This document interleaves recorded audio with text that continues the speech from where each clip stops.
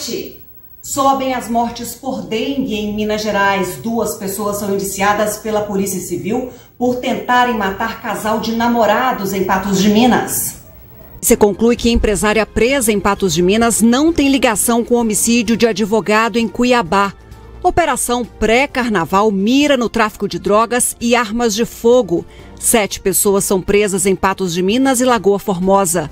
Após Zema dizer que estudantes poderão ir à escola sem vacina, Conselho Estadual de Saúde diz que ato vai na contramão de esforços da Secretaria de Saúde.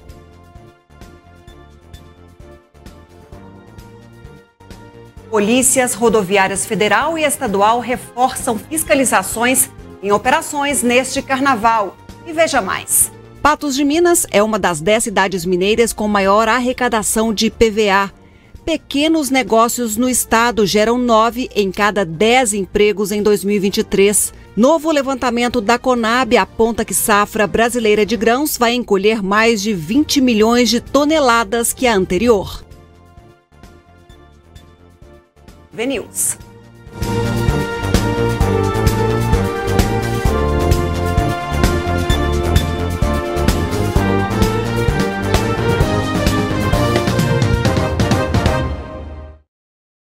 A Polícia Civil deflagrou hoje a operação pré-carnaval com o apoio da Polícia Militar em Patos de Minas.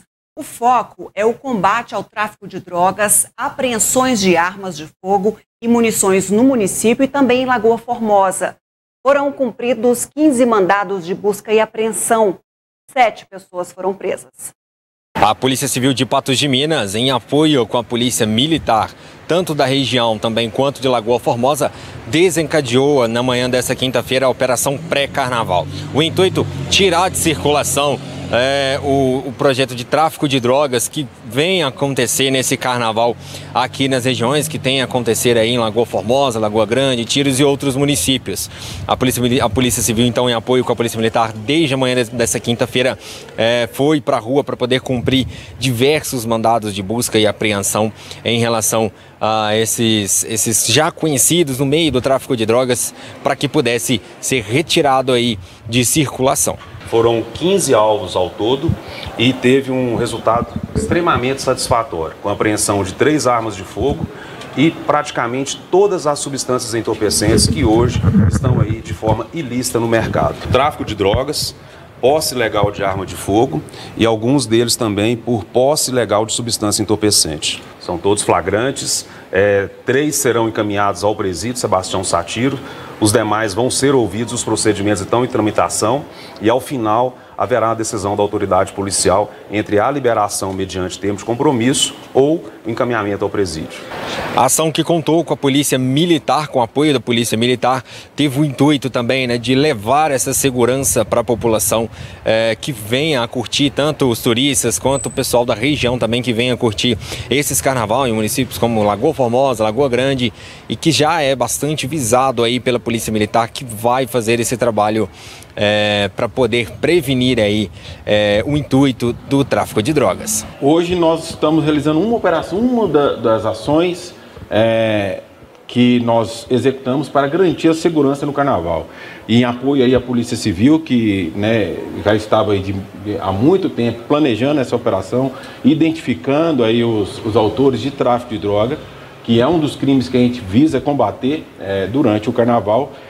Além dessa operação, nós já estamos desde janeiro reunidos aí com os organizadores de evento, de modo a colocar algumas situações que são interessantes para a organização, para a estrutura do local, de modo a proporcionar segurança aos foliões, seja da cidade de Patos de Minas, seja da cidade de Lagoa Grande, da cidade de Tiros ou da cidade de Lagoa Formosa, onde nós temos carnavais, eventos públicos com maior envergadura. Essas operações, principalmente a operação pré-carnaval, visa dar o alerta a quem está predisposto a praticar o ilícito, de que nós estamos vigilantes, estamos observando, não estamos omissos e se pontuada alguma situação de flagrante, o cidadão vai ser preso.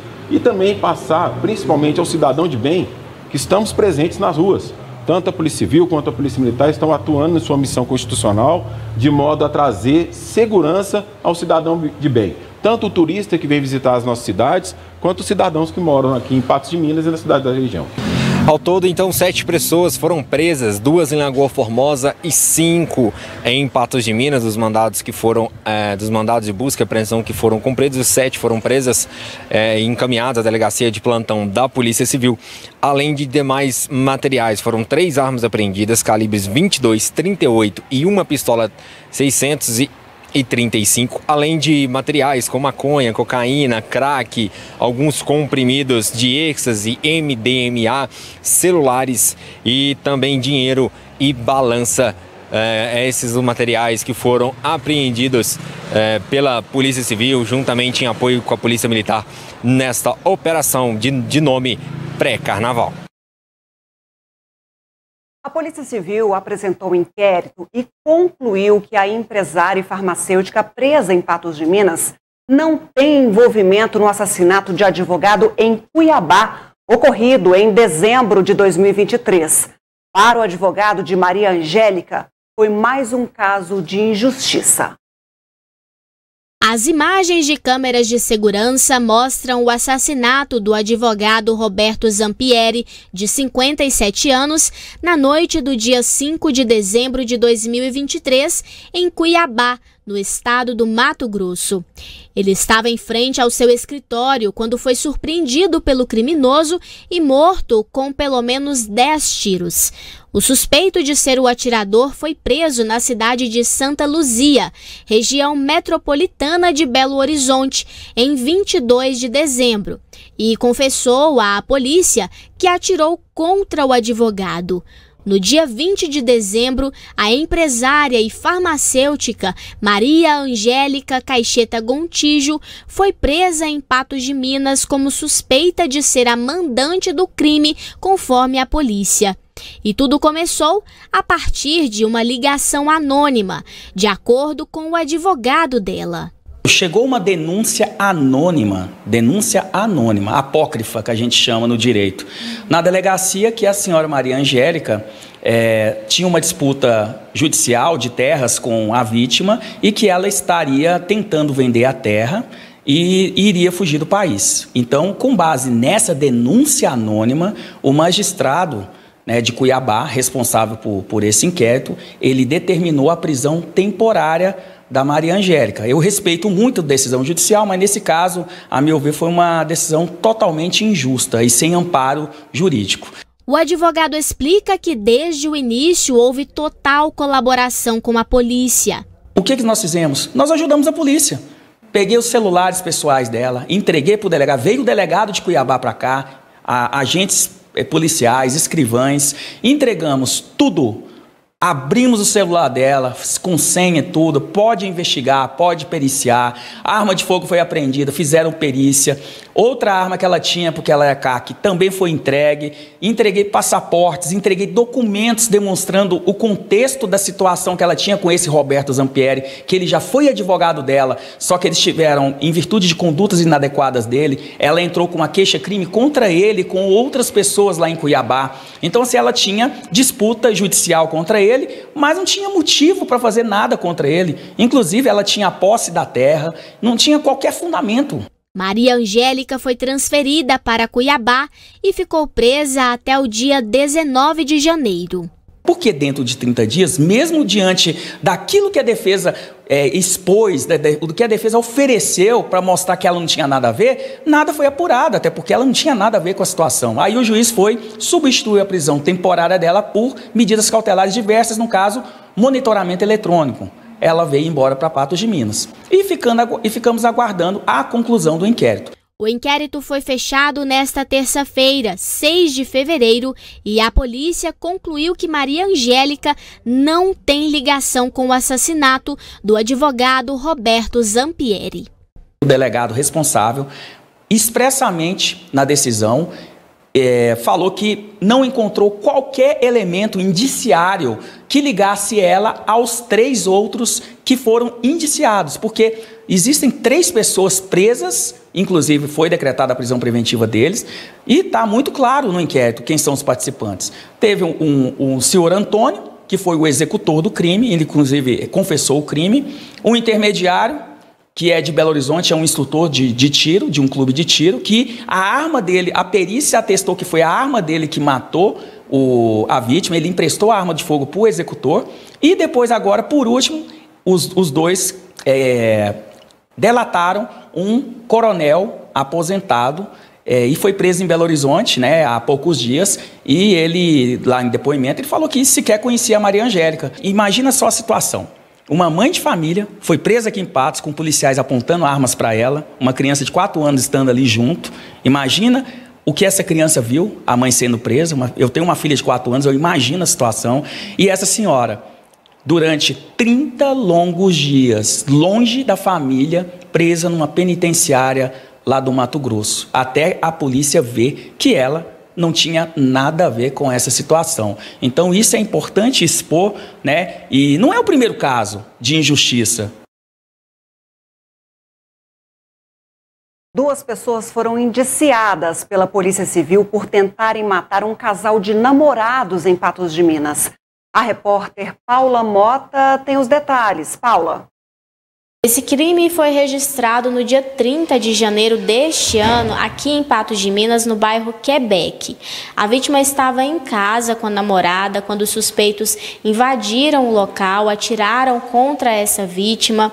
A namorada, na tentativa de defender o companheiro, se colocou na frente, foi disparado contra ela, mas o gatilho não disparou. Os suspeitos correram atrás da vítima, que tentou aí fugir também, e posteriormente atiraram novamente. Ele acabou sendo atingido na região do pescoço.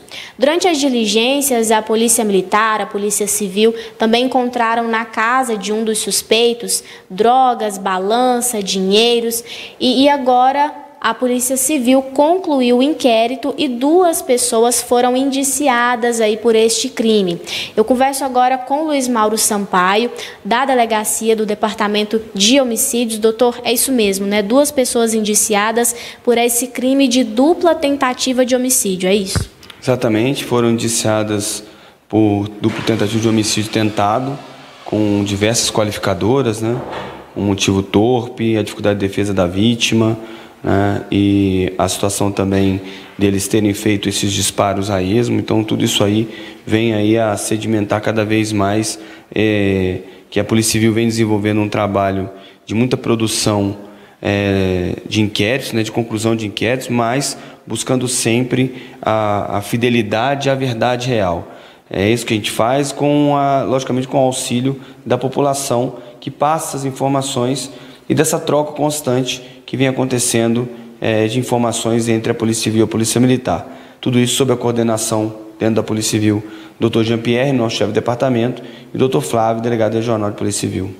Perfeito. Essa vítima tem 30 anos de idade. A mulher, que também acabou sendo aí alvo desses disparos, mas não foi atingida, tem 35 anos. E os suspeitos, eles têm 19 e 28 anos. Qual que era aí a relação, a motivação desse crime também? Já tem aí uma linha também?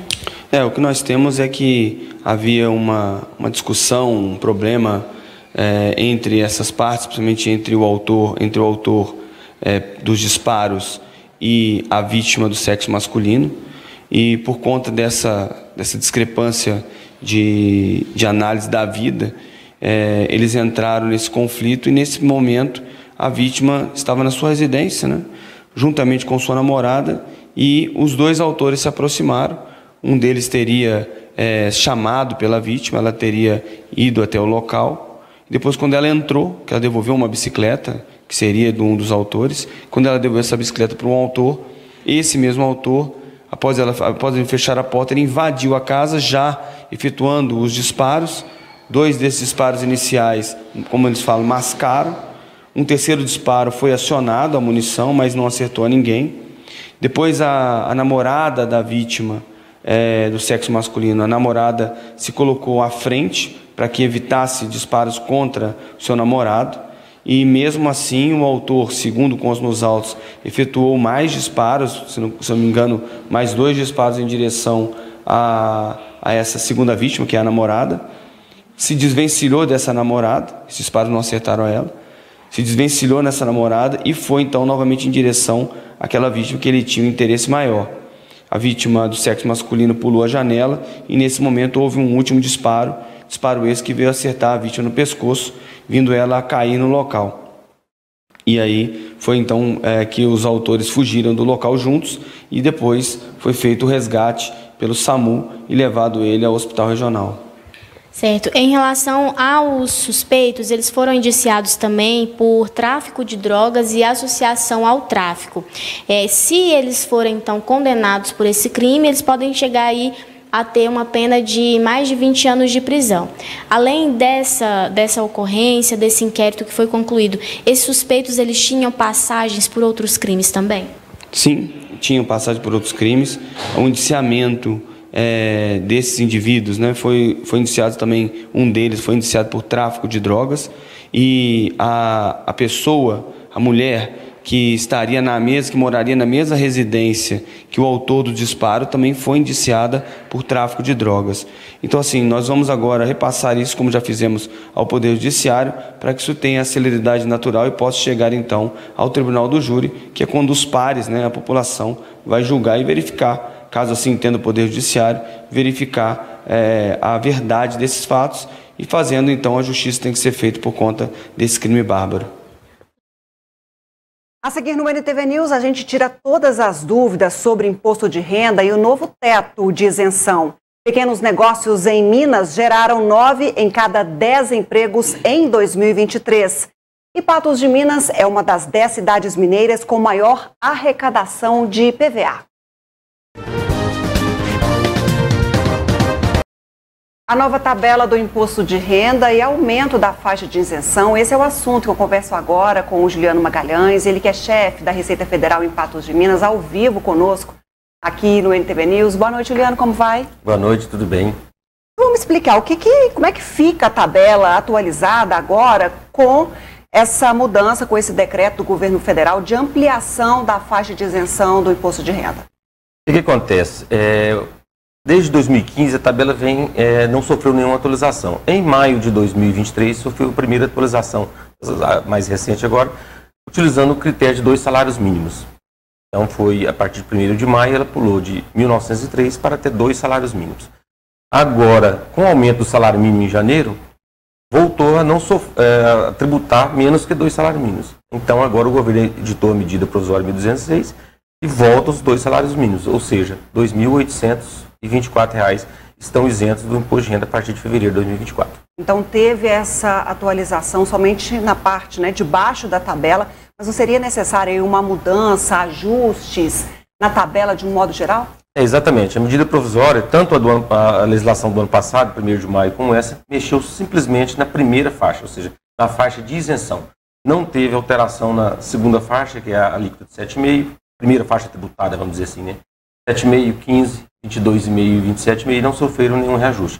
Ou seja, simplesmente ampliou a faixa de isenção. Então, aumenta aí na faixa de isenção. As outras faixas estão congeladas desde 2015. E qual que deve ser o impacto para o governo em termos de dinheiro no caixa, com essa ampliação dessa faixa? A perda da arrecadação vai chegar a mais de 3 bilhões. E 15,8 milhões de pessoas, a estimativa do Ministério da Fazenda, serão beneficiados com essa ampliação da isenção. Aqui em Patos de Minas tem um quantitativo? Não temos um quantitativo. Mas aqui a gente recebeu, por exemplo, no ano passado, 2023, em torno de 38 mil declarações de imposto de renda. Então, a expectativa aí baixa aí em torno de 34, 35 mil declarações. Então, é uma redução de declarantes. Agora, além da faixa salarial, há outras pessoas que também se encaixam no critério da isenção do imposto de renda. Quais são essas pessoas? Exatamente. A pessoa física que tem um imóvel alugado, o Carnê-Leão também sofre essa ampliação. Também prestação de serviço, pessoa física, que é um trabalho sem fins, sem vínculo empregatício, também sofre a mesma atualização. Ô, Juliane, falando para quem tem que fazer a declaração, porque essa faixa que está isenta não precisa de fazer nada. Antigamente precisava de preencher um formulário, hoje não tem que fazer nada disso mais. Exatamente. Desde 2007, quem é isento, ou seja, quem está dentro da faixa de isenção anual, ele não tem que fazer nenhuma prestação de informação para a Receita Federal. Somente aqueles que estão obrigados ou aqueles que mesmo estão isentos, mas sofreram alguma retenção em um mês ou outro. Exemplo, ele recebeu lá no mês de maio do ano um valor expressivo e sofreu uma retenção, mas no limite anual ele não está obrigado, mas aquela retenção, ter aquela restituição, receber aquele dia de volta, ele pode fazer a declaração. Isso dentro do prazo de 5 anos sem nenhuma multa. Agora, qual que é a orientação para quem tem que fazer a declaração? Muitas pessoas correm com esses documentos só lá próximo da data de encerramento desse prazo. É aquela situação toda de procurar tudo isso, juntar. Então, qual que é a orientação para quem tem que fazer a declaração? No caso aqui dessas pessoas que estão fora desses benefícios com relação a aluguel ou prestação de serviço que você citou e dessa ampliação de faixa. Então, quais são as orientações para quem tem que fazer? Agora, 2024, a Receita ainda não divulgou o valor exato da obrigação de declarar. Mas é o quê? É aqueles que receberam até abril mais de R$ 1.903, de abril para frente, maio para frente, do ano passado teve um acréscimo, né, que nós falamos no início da reportagem.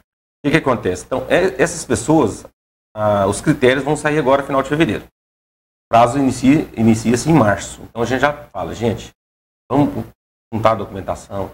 Quem teve despesa médica, plano de saúde, escola de filho, escola da própria pessoa, do declarante também, juntar a documentação, deixar tudo preparado para não correr na última hora. Na última hora acontece que às vezes não consegue um documento, às vezes passa, esquece de declarar. Vou deixar para tal dia, aí tal dia passa, então a gente orienta. Já buscar a documentação, iniciar agora, já antes mesmo das regras saírem, a gente já adianta, não vai ter muita mudança. O imposto de renda já vem sendo costurado, sendo tratado e modernizado ao longo dos últimos anos, né? Então só precisa agora atualizar essa tabela. Só atualizar a tabela, mas esse programa agora 2024, que é base 2023, então não pega esses valores que nós falamos agora. Esses valores agora é para retenção dentro do ano 2024, serão declarados em 2025. Então, a declaração que inicia em março, referente a 2023, então o pessoal, o contribuinte que está obrigado, ele preparar a documentação que ele teve de gasto, de recebimento de 1º de janeiro a 31 de dezembro de 2023. Muito bem, conversei com o Juliano Magalhães, ele que é chefe da Receita Federal em Patos de Minas. Obrigada pelas orientações. Eu te espero aqui então no final deste mês para a gente dar aí mais detalhes dessas novas regras, mesmo que não sejam tantas assim. Mas para explicar em detalhes, para que ninguém fique com dúvida. Será um prazer, boa noite, obrigado pela oportunidade, estamos sempre à disposição de você. Obrigada, Juliano. Obrigada, boa noite. A Secretaria de Estado da Fazenda de Minas Gerais divulgou nesta quinta-feira o balanço parcial do IPVA pago em 2024. E Patos de Minas está entre as 10 cidades com maior arrecadação. 31 de janeiro foram arrecadados 4,9 bilhões com o imposto. O valor representa 44,9% do total arrecadado de 10,9 bilhões prevista para este ano.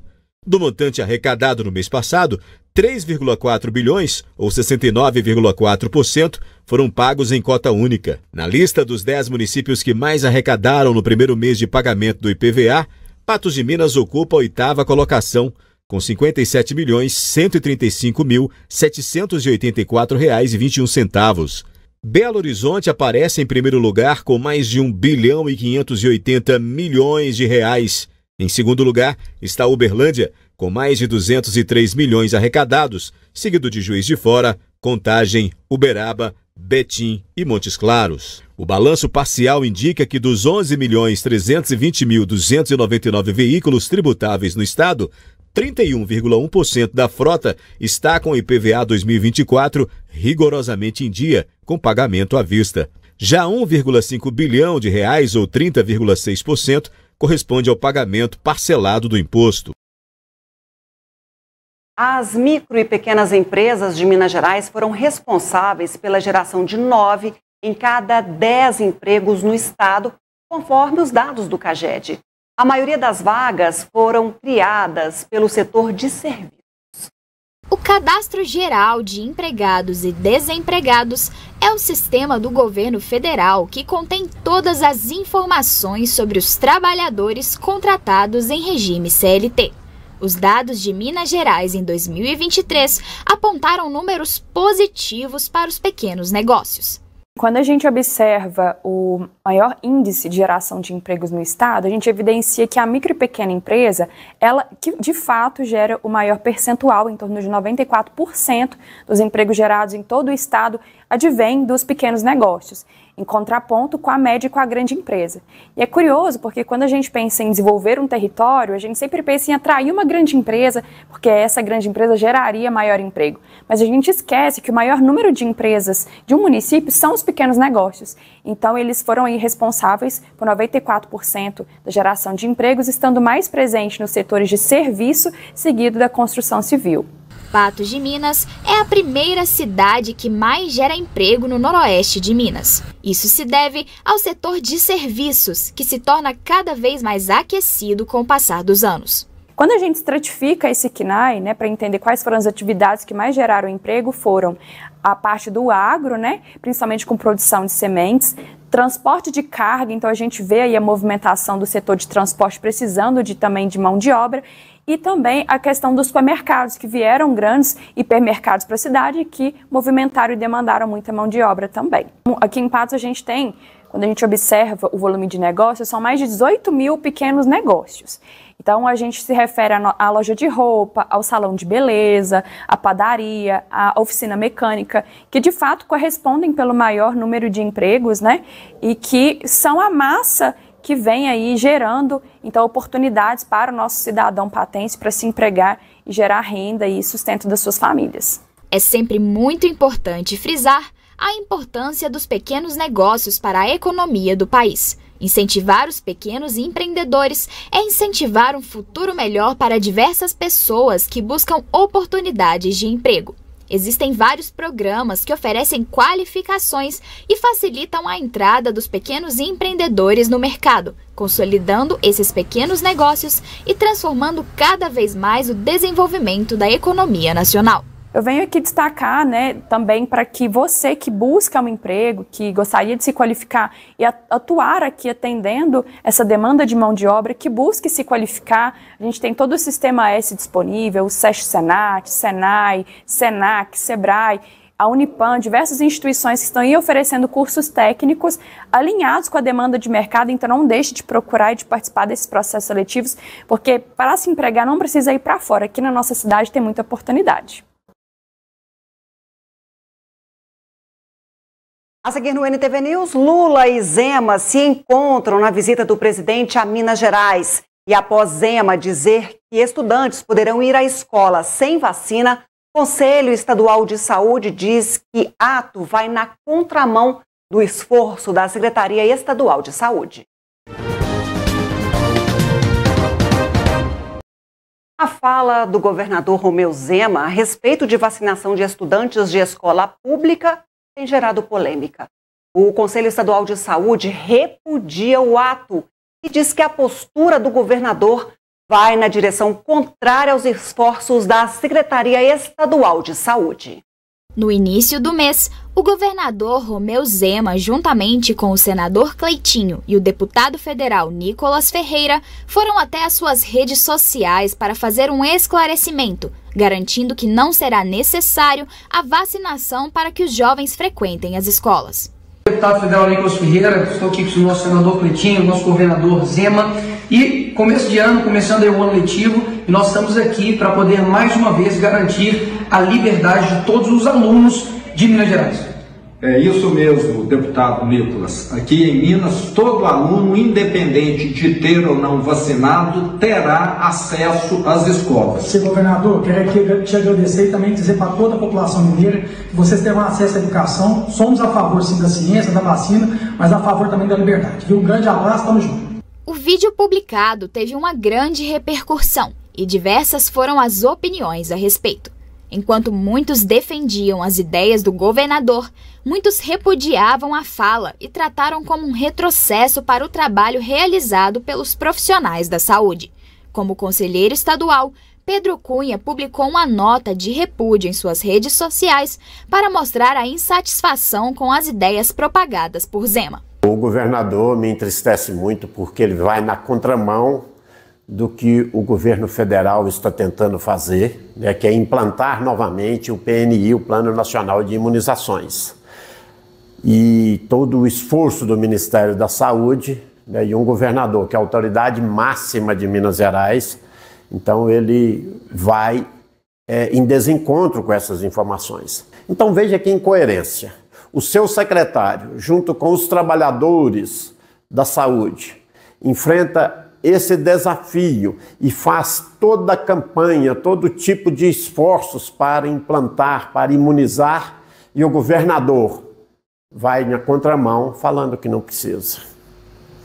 Muito pior ainda é você ver 2 legisladores, um senador e um deputado federal, que chega e diz que não precisa de cumprir as leis. Como pode, se eles estão fazendo as leis, se eles são fazedores de leis, se eles são aprovadores de leis, e dizer que não precisa de cumprir as leis?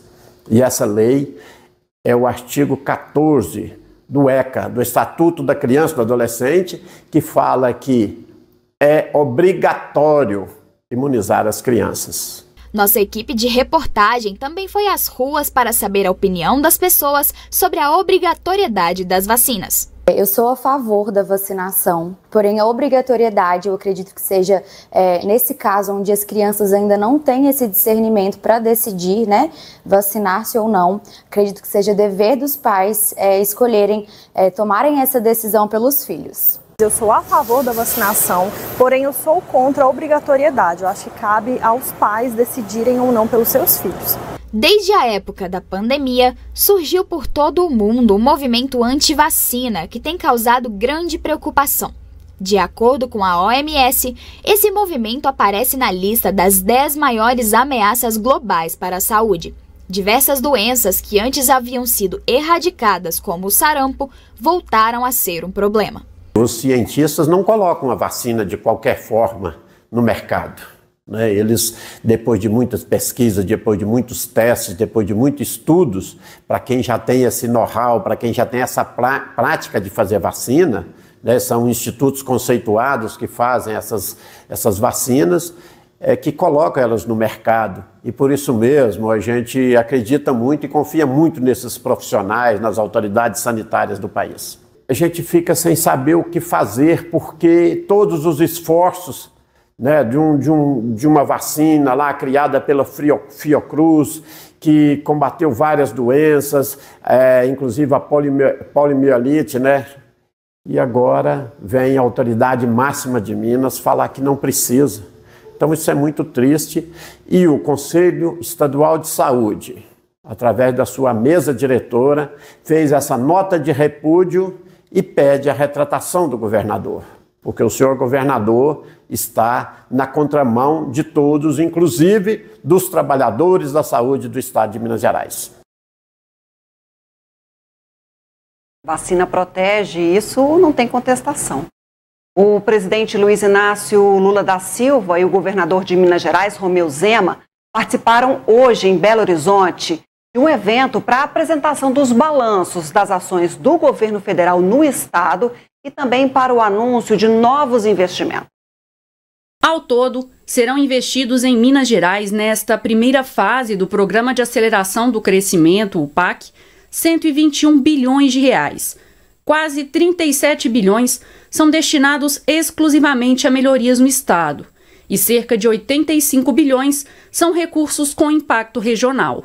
Vou estar entregando ao senhor uma lista de ações e obras emergenciais que dependem do governo federal e que nós mineiros ansiamos por solução, pois são problemas graves, como por exemplo das BRs 361 e 262, que precisam ser recuperadas e duplicadas, pois estão tirando vida de todos os dias de mineiros.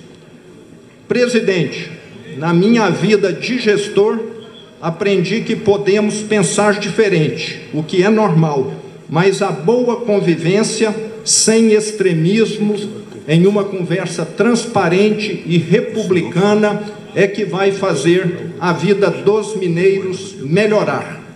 Durante o pronunciamento, o presidente Lula destacou que esses investimentos fazem parte de uma construção coletiva entre governo federal estados e municípios. O que nós vamos anunciar aqui não é uma coisa pensada pelo presidente da República ou pensada pela Casa Civil. O que nós vamos apresentar aqui é uma proposta de obras públicas que começou a ser construída com a primeira convocação que eu fiz em janeiro de 2003, numa reunião em que todos os governadores do Brasil foram chamados para dizerem ao governo federal quais as obras que eram prioritárias para cada estado. Entre os destaques anunciados está a construção de 8 novos institutos federais em Minas. Também serão destinados recursos para a reforma e conclusão de hospitais universitários nas cidades de Juiz de Fora, Uberlândia e Belo Horizonte. Na área de transporte, 65 milhões de reais serão liberados para a construção de 2 viadutos no anel rodoviário.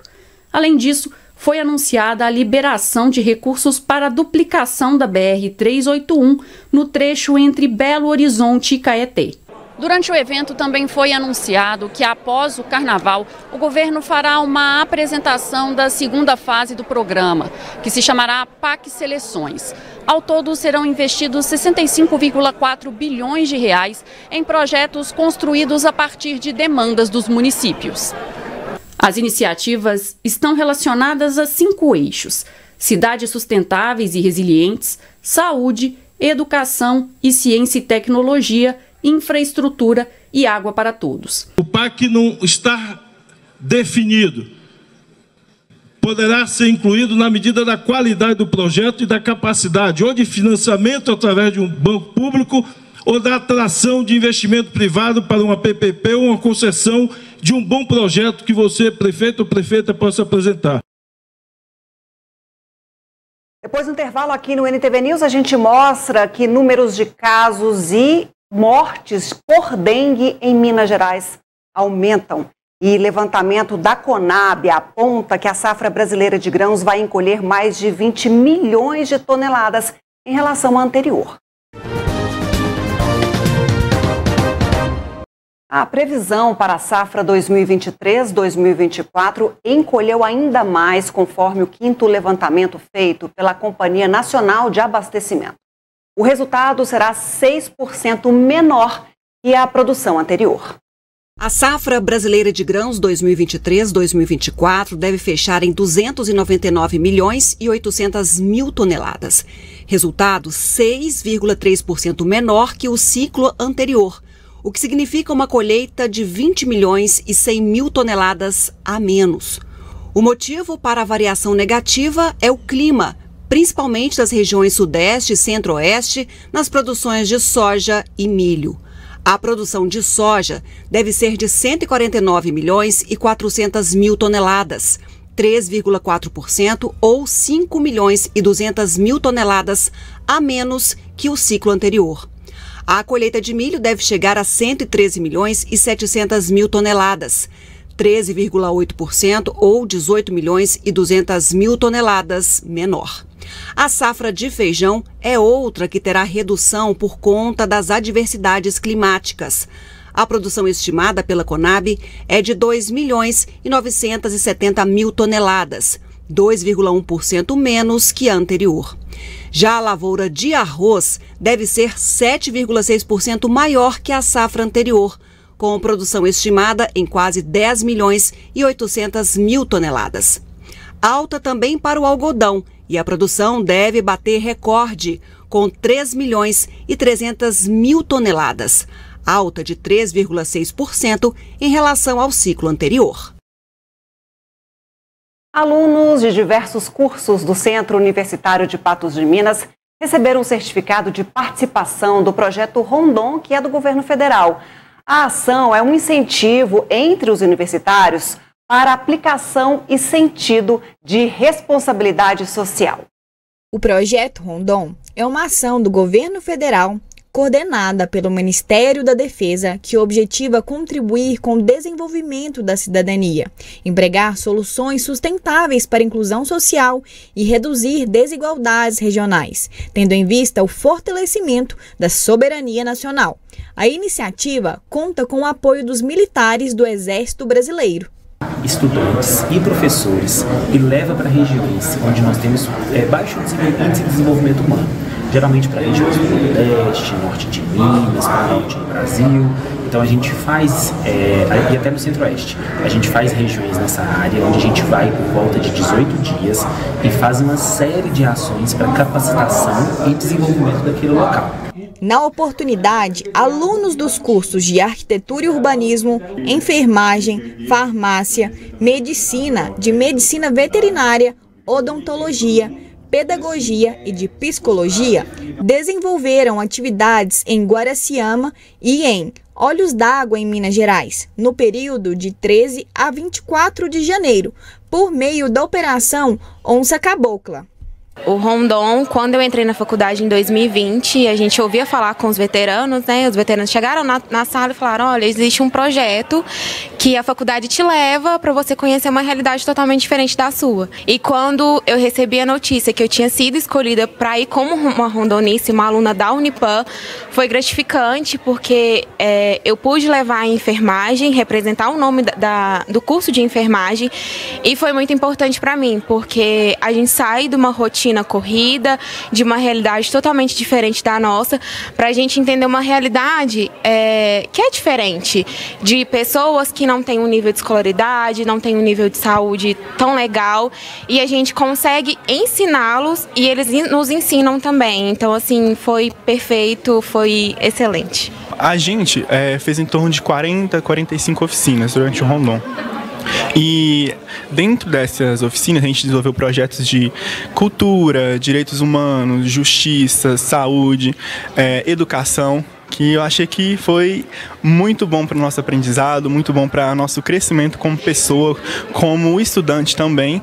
A equipe participou do Conjunto A, na qual foram desenvolvidas oficinas nas áreas de cultura, direitos humanos e justiça, educação e saúde.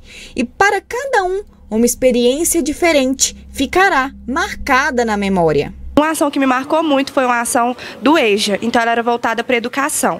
Era uma ação onde a gente buscava pessoas para entender quais sonhos elas ainda possuíam e como a educação poderia ajudar elas a chegar a realizar esse sonho, né? Eu conheci uma mulher, uma senhora, e ela tinha o sonho de aprender a ler, porque por muito tempo ela viveu um relacionamento abusivo, onde ela não pôde, ela casou muito nova, ela não podia ir para a escola, não pôde frequentar uma universidade. Então, quando a gente levou para ela essa pauta, a gente levou para ela a pauta da esperança, né? Então, me emocionou muito.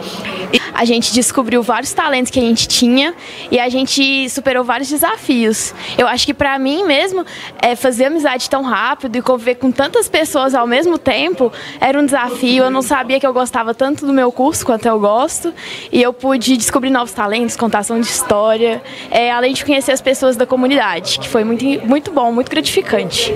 O projeto acontece a cada 6 meses e os alunos só podem participar uma vez. Nas próximas oportunidades, outras turmas farão parte da equipe. Os professores, eles podem ir outras vezes, mas o aluno ele só pode ir uma vez. Então a gente foi agora com essa turma de 2 professores, foram 2 equipes do Unipam, então 2 equipes, cada um com 2 professores e 8 alunos. E a gente agora tem a oportunidade de participar outras vezes dos projetos, mas com outras equipes. Sobem os números de mortes por dengue em Minas Gerais. Os casos registrados também aumentaram de forma vertiginosa a cada boletim divulgado pelo Estado. Nesta quinta-feira, Minas Gerais confirmou 12 mortes por dengue, 3 a mais que o boletim anterior divulgado na terça-feira pela Secretaria de Saúde de Minas Gerais. Outros 93 óbitos são investigados. Há 2 dias, eram mais de 121 mil casos prováveis. Agora, passam de 145 mil, com quase 51 mil confirmações de dengue. Em Patos de Minas, foram registrados mais 83 casos prováveis de terça para quinta e somam 1.360, conforme o boletim estadual. De casos confirmados de dengue, saltaram de 228 para 292 no município.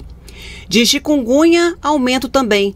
Agora, no estado, se aproximam de 18 mil casos prováveis e quase 11.700 confirmações.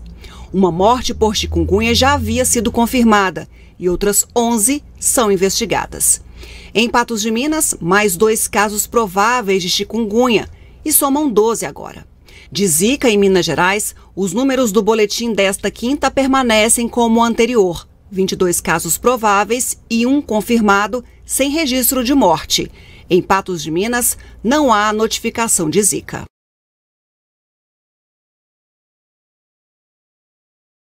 E tem mais no NTV News. Já já a gente mostra que polícias rodoviárias federal e estadual reforçam fiscalizações em operações neste carnaval.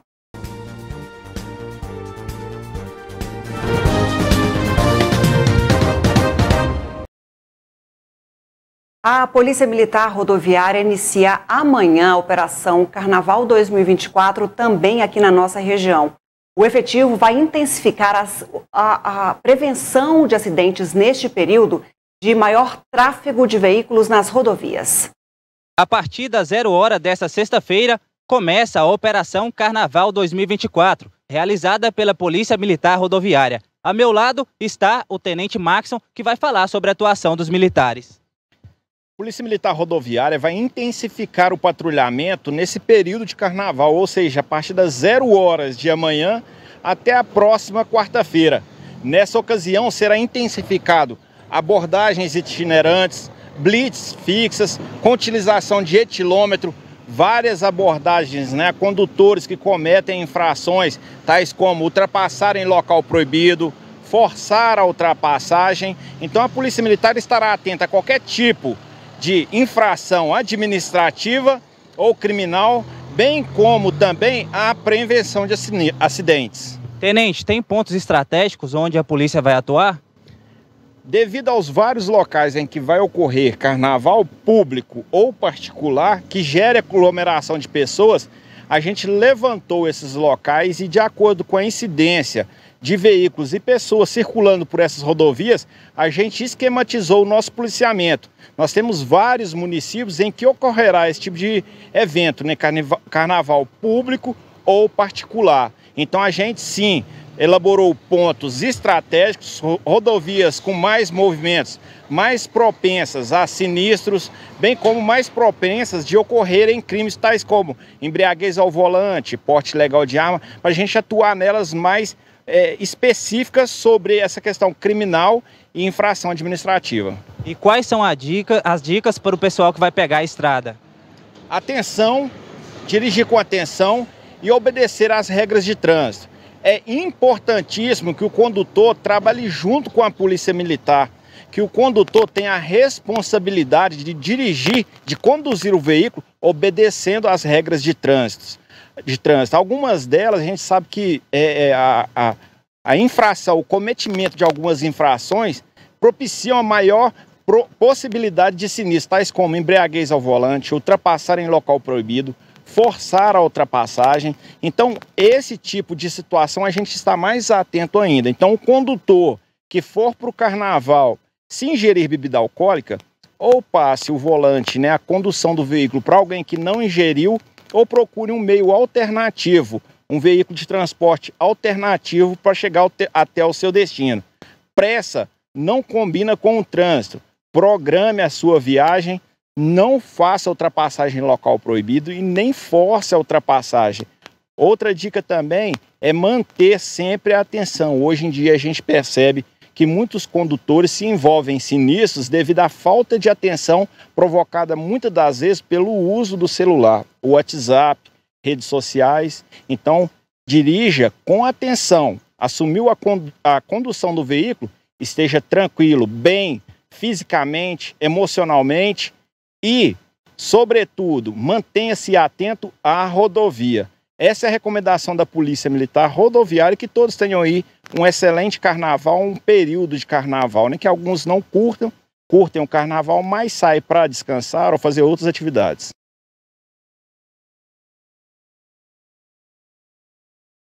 É isso aí, tem que ter atenção no trânsito, prevenir os acidentes, cuidado com o veículo antes de pegar a estrada, verificar tudo E, claro, não infringir as regras porque a polícia está atenta. E por falar nisso, com foco nessa diminuição de acidentes e reforço do efetivo em locais estratégicos, a Polícia Rodoviária Federal, também na nossa região, realiza até a próxima quarta-feira, que é de cinzas, as fiscalizações de operação do Carnaval. Terá início nesta sexta-feira a Operação Carnaval, da PRF. Estamos aqui com o Terceiro. Tudo bom?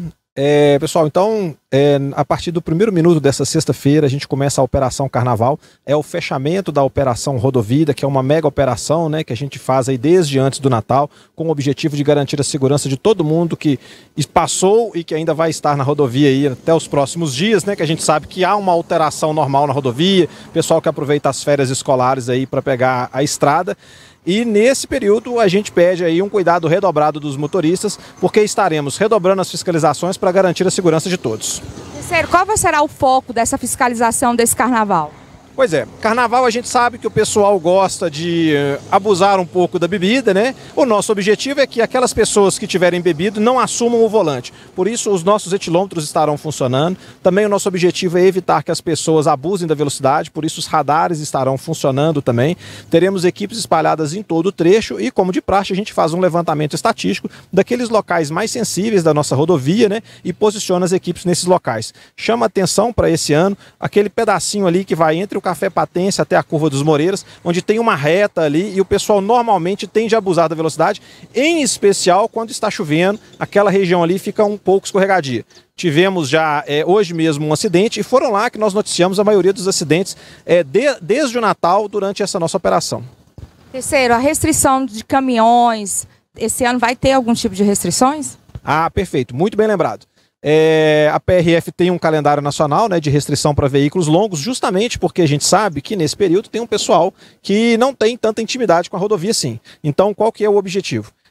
Que você, motorista profissional, não circule nesse horário, mas que você, motorista que vai pegar a rodovia aí, programe-se, né, para estar na rodovia nesses dias e horários. E muito fácil prestar atenção, muito fácil lembrar, né? É na saída, na sexta-feira à tarde e no sábado de manhã, na sexta das 16 às 22 e no sábado de 6 até o meio-dia, e na volta para casa na terça e na quarta. Na terça no final da tarde, 16 às 22, e na quarta-feira de cinzas, já na parte da manhã, de 6 ao meio-dia. Veículos longos não trafegam, dê preferência estar na rodovia nesse horário. Reiteramos, né, que nós tivemos muitos acidentes em razão das chuvas, no Natal, no Ano Novo. Então, primeiro de tudo, motorista que for pegar a estrada aí, comprometa-se em calibrar os pneus do seu carro, inclusive o estepe. E aí a gente chama atenção, claro, o feriado de carnaval o pessoal normalmente bebe, então quem for beber não dirija, né, eleja aí o motorista da rodada, se possível. Quem for fazer viagens mais longas, desligar o telefone celular, porque a distração causada pelo celular também tem causado muitos acidentes, né, em especial também não abusar da velocidade. Programe a sua viagem, uma viagem programada reduz a ansiedade do motorista e a gente espera aí que isso facilite, tranquilize, né, uma viagem que evite o motorista fazer aquelas manobras mais arriscadas e por isso mesmo acabam com alguns resultados letais. É isso aí, para que o carnaval seja um período tranquilo e só de diversão. Oi, por hoje é só, mas amanhã a gente volta ao vivo aqui no NTV News, 7 da noite. Mas antes, lá às 11h30, tem o 30 Minutos, mais informações. Só acessar lá o patosja.com.br. Muito obrigada pela sua companhia, pela sua audiência. A gente se vê amanhã.